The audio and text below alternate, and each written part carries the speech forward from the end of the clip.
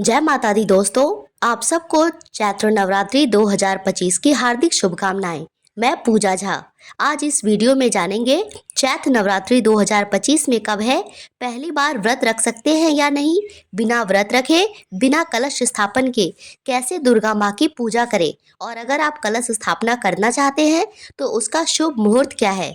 इसी के साथ पहले दिन में चाहे आप व्रत रखें या ना रखें, कौन सी एक श्रृंगार की सामग्री दुर्गा माता को अवश्य अर्पित करनी चाहिए। इस चैत्र नवरात्र में कितने दिनों की पूजा हो रही है, कौन सी दो पूजा इस बार एक साथ एक ही दिन होगी, ऐसी तमाम जानकारी आज इस वीडियो में जानेंगे। तो बने रहेंगे वीडियो के अंत तक, और ऐसी जानकारी समय से पहले पाने के लिए हमारे चैनल को सब्सक्राइब करना मत भूलिएगा। तो सबसे पहले आपको बता दें कि चैत्र नवरात्र इस वर्ष कब से कब तक रहने वाला है। चैत्र मास के प्रतिपदा से चैत्र नवरात्रि प्रारंभ होती है और दशमी तिथि को दुर्गा विसर्जन के साथ ही समाप्त हो जाती है। इसी चैत्र मास की नवमी तिथि को रामनवमी का पर्व भी मनाया जाता है। चलिए आपको बताते हैं साल 2025 में चैत्र नवरात्रि कब है। तो देखिए, नवरात्रि का प्रारंभ होता है चैत्र मास की शुक्ल पक्ष की प्रतिपदा तिथि से। तो इस बार चैत्र मास की प्रतिपदा तिथि प्रारंभ हो रही है 29 मार्च शनिवार की शाम को 4:27 पर। इस तिथि का समापन होगा 30 मार्च रविवार दोपहर 12:49 पर। उदया तिथि से ही किसी पर्व का शुभारंभ होता है, तो चैत्र नवरात्र की उदया तिथि प्राप्त हो रही है 30 मार्च रविवार को। तो ऐसे में चैत्र नवरात्रि का प्रारंभ 30 मार्च 2025 रविवार से होगा। कलश स्थापना की तिथि और शुभ मुहूर्त रहेगा 30 मार्च रविवार को प्रतिपदा के दिन, जो कि सुबह 6:13 से 10:21 के बीच रहेगा। अगर किसी कारणवश आप इस समय कलश स्थापना ना कर पाएं, तो इस दिन अभिजीत मुहूर्त में भी कलश स्थापना की जाती है। उसका समय रहेगा दोपहर के 12 बजे से 12:50 तक। तो आप इन दोनों में से जिस भी मुहूर्त में चाहे कलश स्थापना करके माँ दुर्गा की पूजा प्रारंभ कर सकते हैं। इसी के साथ इस बार 9 दिन की पूजा नहीं होगी।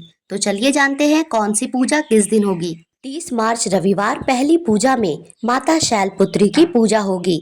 31 मार्च सोमवार को दूसरी पूजा में माता ब्रह्मचारिणी की पूजा होगी। 1 अप्रैल मंगलवार को तीसरी पूजा में माँ चंद्रघंटा की पूजा होगी। 2 अप्रैल बुधवार को 2 पूजा एक साथ होगी, चौथी पूजा और पांचवी पूजा।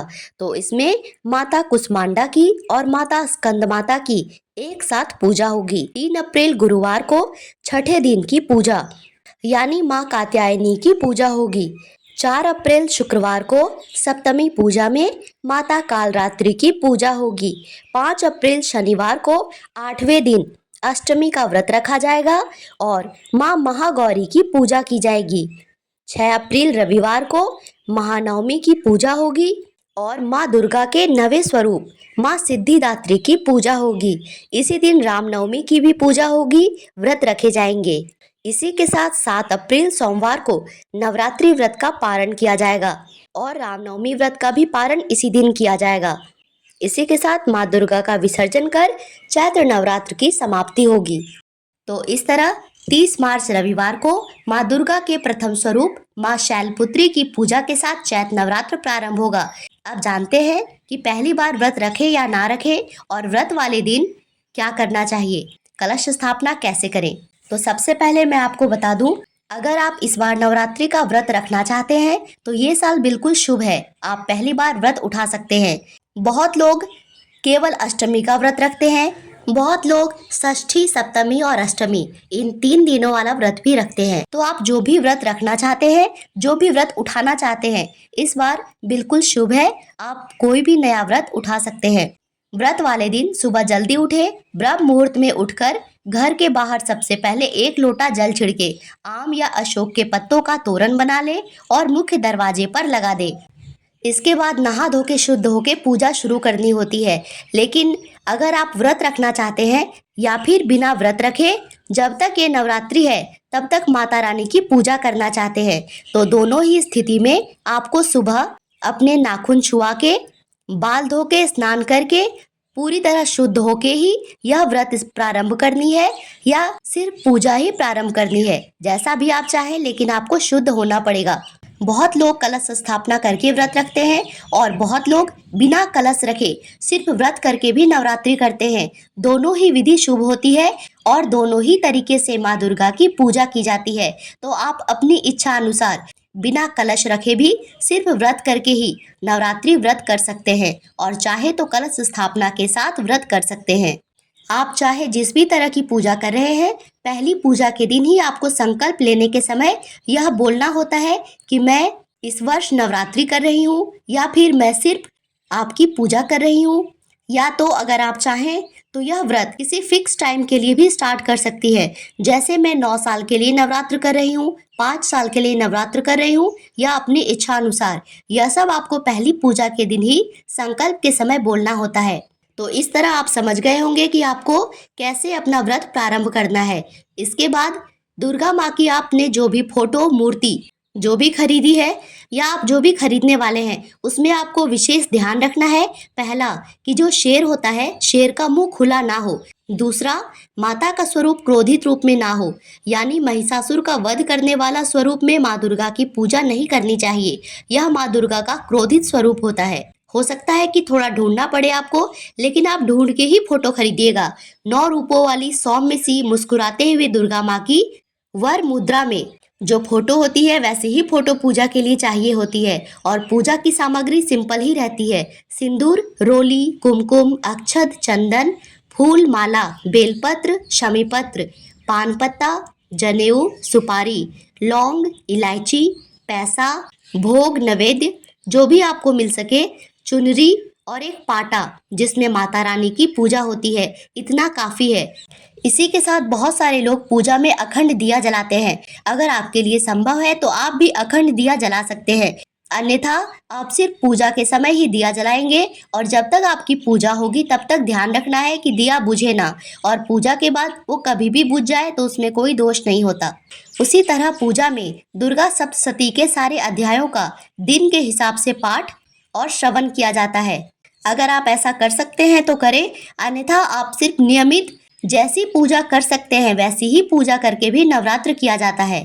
आज मैं इस वीडियो में आपके साथ सिंपल और सरल पूजा विधि ही शेयर करूंगी। तो पूजा विधि जानने से पहले ये जानते हैं कि पहली पूजा में माता रानी को विशेष कर क्या जरूर चढ़ाना चाहिए। आज के दिन माता रानी को श्रृंगार की सामग्री या फिर सुहाग की सामग्री जरूर से जरूर चढ़ानी चाहिए। कोई भी एक चीज चढ़ाइए, पर जरूर चढ़ाइए। आप एक सिंदूर का किया ले लीजिए, चाहे वो चांदी का हो या फिर नॉर्मल हो। उसी से माता रानी को रोज सिंदूर लगाइए और उसी से आप भी पहनिए। ऐसे में सुहाग बढ़ता है। आपके किए में माता रानी का आशीर्वाद समा जाएगा। ऐसा मानते हैं कि जब हम अपने किए से माता रानी को सिंदूर लगाते हैं और फिर उस सिंदूर को अपने भी मांग में भरते हैं, तो ऐसे में सदा सुहागवती अखंड सौभाग्यवती होने का आशीर्वाद मिलता है और आपका किया भी आशीर्वादित हो जाता है। और अगर आप कलश रखकर पूजा करना चाहते हैं तो इसके लिए आपको चौकी बिछाकर माँ दुर्गा की पूजा करनी होती है और आपको अखंड ज्योत जलाना होगा, जो दुर्गा पूजा के विसर्जन के साथ ही बुझेगा। और इसी के साथ आपको दुर्गा सप्तशती का नियमित पाठ भी करना होगा। वैसे तो नवरात्रि में हर घर में सुबह शाम आरती होती ही है, पर आपको भी सुबह और शाम दोनों ही समय माँ भगवती की पूजा करनी होगी, आरती करनी होगी। तो अब चौकी लगाने से लेके कलश स्थापना करने तक की शुभ विधि देख लेते हैं। तो एक चौकी बिछाकर उसके ऊपर एक कपड़ा बिछा लीजिए और एक मुट्ठी बिना टूटे चावल से अष्टदल कमल बना लेना है।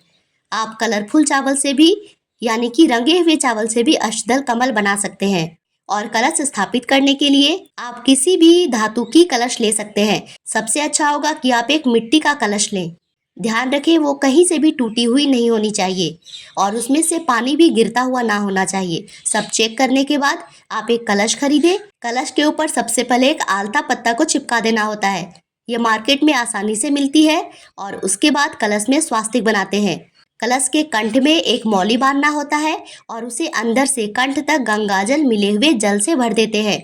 और उसके बाद उस कलश के अंदर लौंग, इलायची, सिक्का, हल्दी, सुपारी डाल देते हैं। अक्षत और दुर्वा भी कलश में डाला जाता है। आम के या अशोक के 5 या 7 पल्लव लेके उसमें हल्दी कुमकुम लगा के टीका करते हैं और उसे कलश के ऊपर रख देते हैं। उसके ऊपर ही एक जटा वाला नारियल जिसमें पानी भरा हो, इसका भी ध्यान रखें कि पानी जरूर होना चाहिए। अच्छे से नारियल को हिला के देख लीजिए, उसमें पानी की आवाज आ रही है। वैसा ही आपको सही और अच्छा नारियल खरीदना चाहिए। नारियल के ऊपर भी 5 टीके सिंदूर के लगा दीजिए और उसमें और एक चुनरी से उस नारियल को लपेट दीजिए और उसके बाद उस नारियल को कलश के ऊपर रख देते हैं। कुछ लोग यहाँ पर गलती करते हैं। कलश की दिशा बहुत जरूरी होती है। कलश की दिशा माता रानी के दाएं तरफ होगी। आप माता रानी के दाएं हाथ की तरफ कलश रखेंगे और एक बात का ध्यान रखेंगे कि जब आपने कलश स्थापित कर दिया तो उसी कलश में ही हम लोग किसी भी देवी देवता का आवाहन करते हैं। तो ध्यान रखें, वो कलश हिलनी नहीं चाहिए। इसीलिए आपको जहां भी स्थापित करना है आप एक ही बार में स्थापित कीजिए। ना वो चौकी हिलेगी जिसमें आप पूजा करेंगे, ना दुर्गा माता की फोटो को ज़्यादा हिलाना है और कलश को तो बिल्कुल भी नहीं हिलाना है। इसका विशेष ध्यान रखें। तो ये थी मेरी आज की वीडियो जिसमें हम लोगों ने यह जाना कि चैत नवरात्र कब है, क्या पहली बार व्रत उठा सकते हैं, कलश के साथ कैसे पूजा करें और बिना कलश के क्या नवरात्रि कर सकते हैं। आशा करती हूँ यह वीडियो आपके लिए उपयोगी रही होगी। अभी चैत नवरात्रि से जुड़ी ढेर सारी वीडियो आपको मेरे चैनल पर अवेलेबल मिलेंगे। फिर भी चैत नवरात्रि से जुड़ी अगर कोई जानकारी अगर आपको समझ में ना आए, आप मुझसे पूछना चाहते हैं तो कमेंट बॉक्स में लिख के पूछ सकते हैं। वीडियो देखने के लिए धन्यवाद। राधे राधे।